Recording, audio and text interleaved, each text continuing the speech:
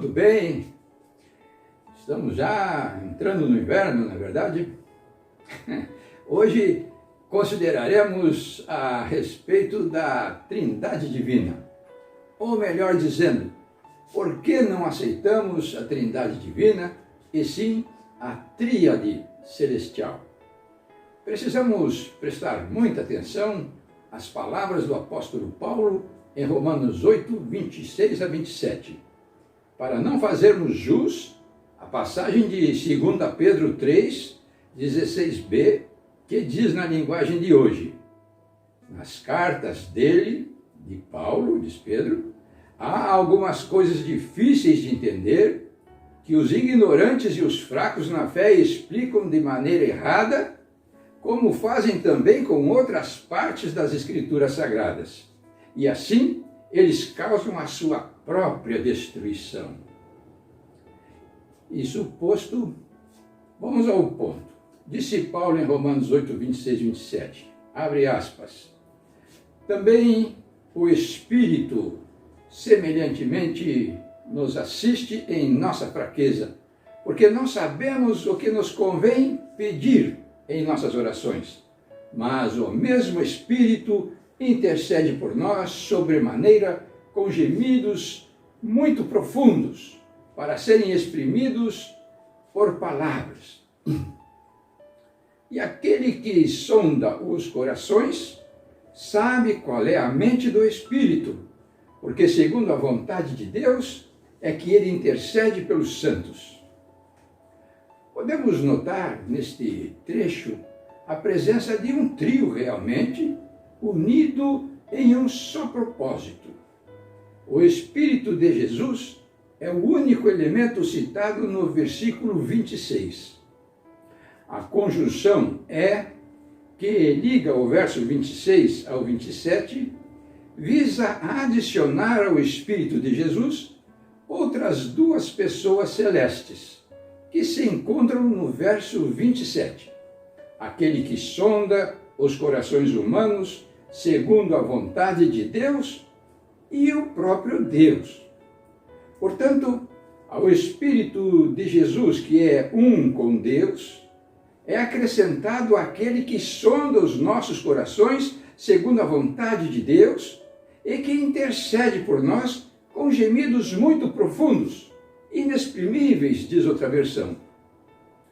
Resta sabermos como é que aquele que sonda os corações humanos também conhece a mente do Espírito Santo, isto é, conhece os pensamentos de Deus para transmitir aos que se encontram no processo de santificação. Só há uma resposta bíblica para esta questão. Deus transmite sua vontade diretamente para os seus ministros celestiais. Estes ministros são aqueles que intercedem pelos santos segundo a vontade de Deus, a fim de comunicar essa vontade aos crentes em Jesus. Assim, os ministros celestiais, totalmente imbuídos, impregnados com o Espírito da verdade, seguem para abençoar individualmente aqueles que suspiram como nós suspiramos pela salvação que há em Cristo Jesus. E quem são estes enviados que vão representando aquele que os envia? Quem são esses poderosos ministros celestiais que levam as credenciais e a autoridade de Deus? Em outras palavras, quem é esse terceiro elemento da tríade celestial? Ora, esses ministros já foram caracterizados como sendo os anjos, conforme Hebreus 1,14, na nova tradução na linguagem de hoje. Então, o que são os anjos? Todos eles são espíritos que servem a Deus, os quais ele envia para ajudar os que vão receber a salvação.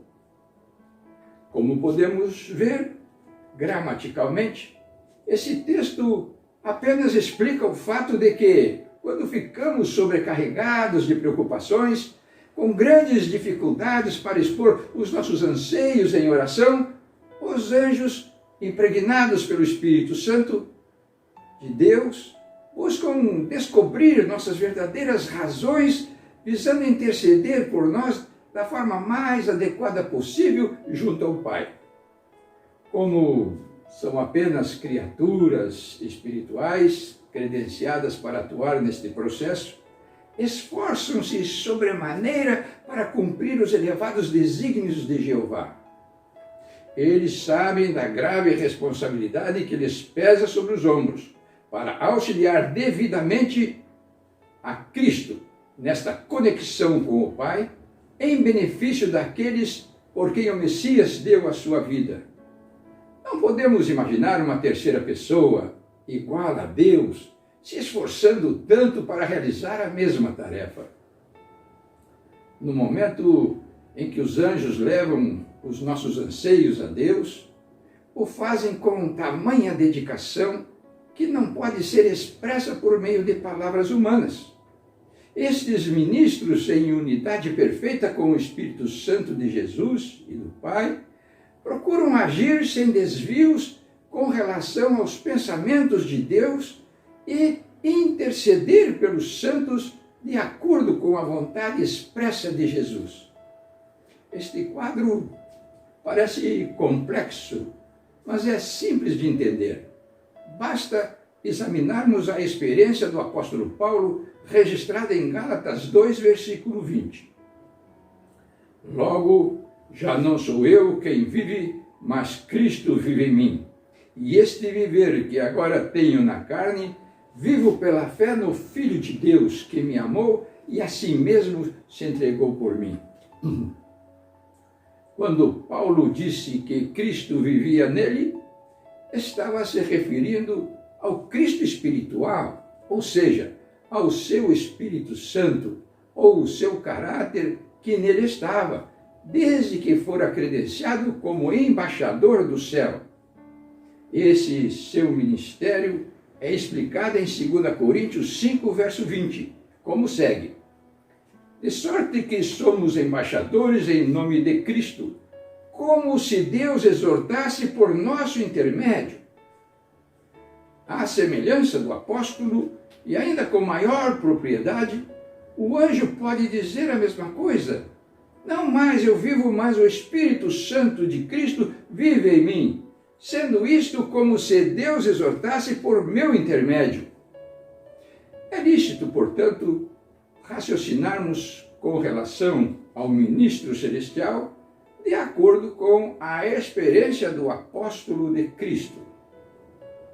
E como os anjos, o apóstolo e os discípulos, nós também podemos ser transformados em templos vivos para receber e intermediar a verdade presente entre Deus e os seres humanos na atualidade.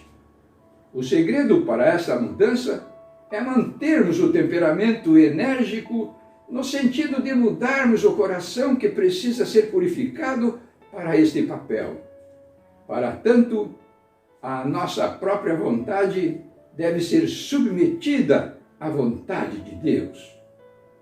A partir desse entendimento, podemos compreender melhor a ação dos anjos maus sobre aqueles que introduziram algumas modificações nos textos originais da Bíblia para confundir certos princípios fundamentais.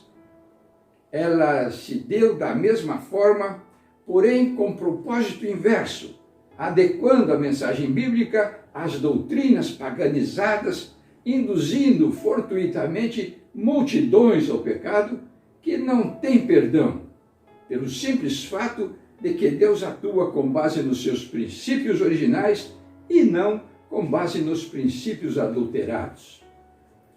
Precisamos parar por aqui, agradecidos pela sua atenção. Fique com Deus, avalie o nosso canal e assuma conosco o seu papel no plano espiritual de Deus. Curta a nossa mensagem musical e até o próximo vídeo, se Deus quiser.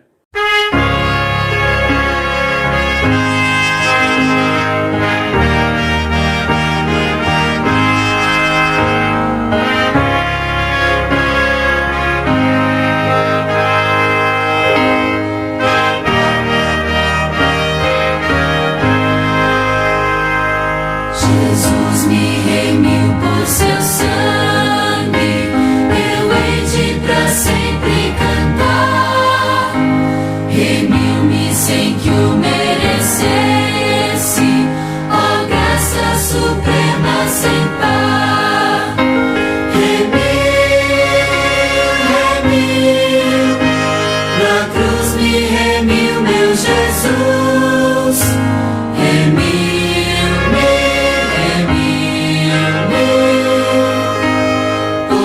abençoando a